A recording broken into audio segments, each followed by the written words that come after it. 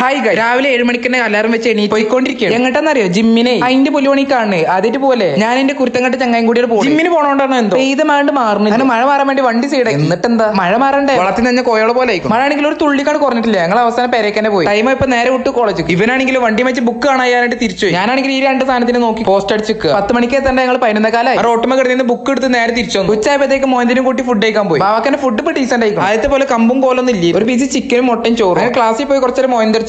വേറെന്താ ഞങ്ങൾ പഠിപ്പിച്ച മിസ് കോളേജിൽ നിന്ന് പോകണോണ്ട് ഞങ്ങൾ ഒരു ഗിഫ്റ്റ് കൊടുക്കാന്ന് വിചാരിച്ചു. മിസ്സിന്റെ ഒപ്പം നിന്നിട്ടുള്ള ഒരു ഫോട്ടോ ഞങ്ങൾ പ്രിന്റ് ഔട്ട് കൊടുത്തു. പിന്നെ ഇത് ഉണ്ടാക്കിയ ഞാനാട്ടോ. അത് ഇവിടെ പറയേണ്ട ഒരു കാര്യമില്ല. ആർക്കും സംശയമൊന്നും ഇല്ലല്ലോ അല്ലേ? ഇതിനുള്ളിൽ കയറിയപ്പോ സ്വർഗത്തിൽ കയറി പോലെ. ഇതിനുള്ളിൽ കയറിയപ്പോ ഓരോരുത്തർ സ്വഭാവം മാറണ കണ്ട്. നാഗവല്ലിയല്ലോ ഇത് വേറെ.